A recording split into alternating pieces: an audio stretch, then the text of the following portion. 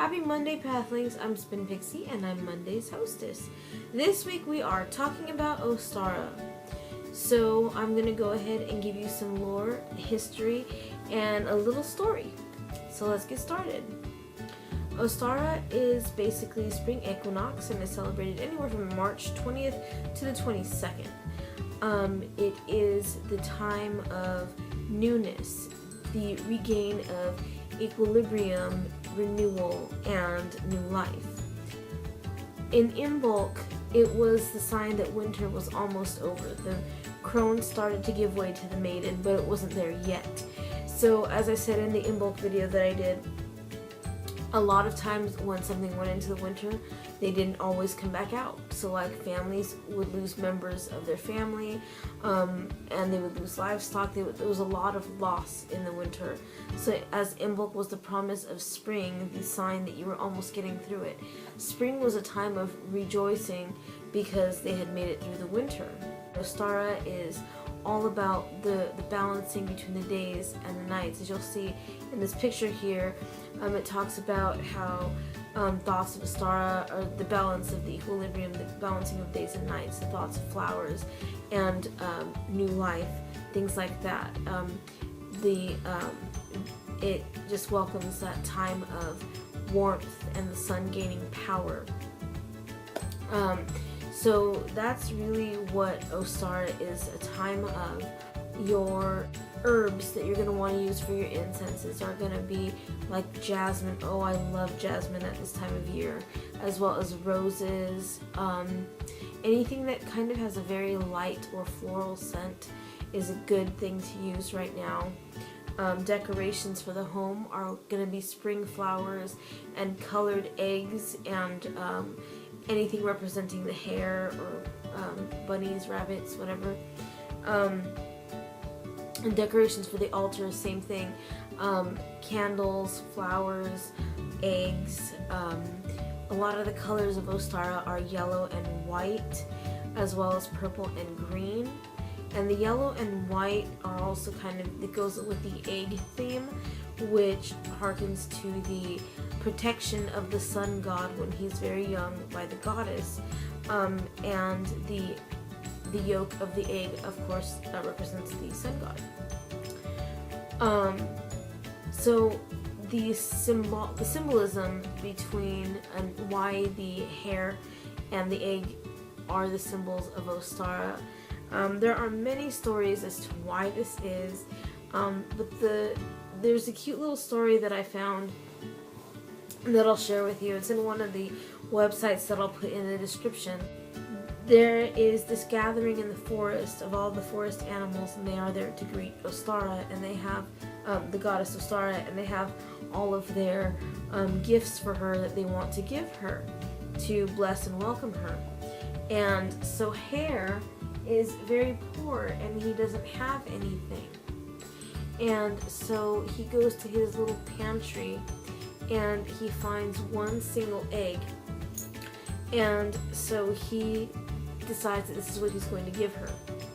So he sets about decorating and coloring the egg, and then he goes to the forest and he joins the animals, and he's standing there last in line.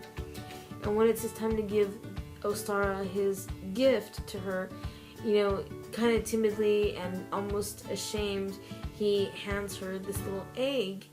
And Ostara looked at him and looked into his spirit and saw that, all he had he was giving to her, and to reward him for his gift and for being so selfless, she took him as her totem animal.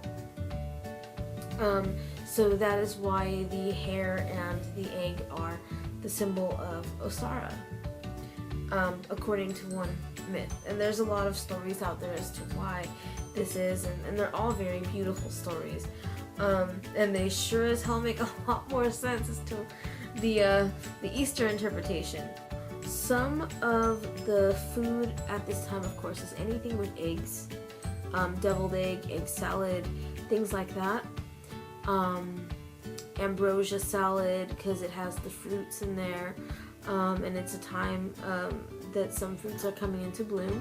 So you're going to want to take those fruits and put them into an ambrosia salad. Hot cross buns are another thing that is very symbolic at this time, and there's a couple reasons for this. They represent the 4 directions, north, east, south, and west. They represent the 2 equinoxes being crossed by the 2 solstices, and it represents the elements, all that kind of stuff. There's just a lot of things that the hot cross buns represents, and there is a recipe on one of these websites for how to make those, as well as Ostara bread. And so I'm going to show you right now a picture of incense taken from Scott Cunningham's complete book of incense oils and brews. And I will also put this in the description so that you guys can copy it down for your book of shadows. So activities for this time. Any activity involving being outdoors in the fresh air, because this is a celebration of being able to go outside and feel the sun on your skin. So egg hunts, or dyeing or coloring Easter eggs, egg tosses, things like that. Picking flowers, even gathering up flower baskets to give as gifts, or making flower wreaths for the head. Things like that are good to do right now. Planting gardens in egg cartons is something that's also fun to do at this time. Using the carton of the egg, still, harkening back to that egg theme, and then starting to plant seedlings, starting new life. And at this time, what you could do also is add some ground eggshells into that soil.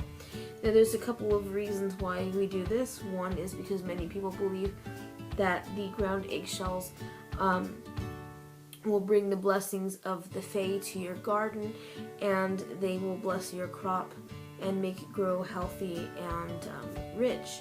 The other reason, the more scientific-y reason, is because those eggshells will provide much needed calcium and nutrients to the seedlings that are going to eventually be your crop or your flowers or whatever you're growing. There's a lot of different things to do at this time, and it's supposed to be a very active and a time of just like shaking off the winter blues for those of us who live in cold winter climates and have been indoors all this time. And it's a time of renewal, finding that renewal of your lust for life. It's time to begin new path workings, to discover paths that have yet to reveal themselves. It's time to banish anything that doesn't serve you, to make room for everything that does. It's a time to cleanse and renew yourself from within. That is what Ostara is. So I'm going to go ahead and end the video here. If this is your first Ostara, please leave us any questions you might have in the comment section below, or any ideas you have that you'd like to implement for this Ostara. If you've celebrated Ostara in the past, what are some of the fun things that you've done to celebrate the holiday? We would love to hear from you. And get active in the Facebook group as well. So until next week, many blessings and have a blessed Ostara.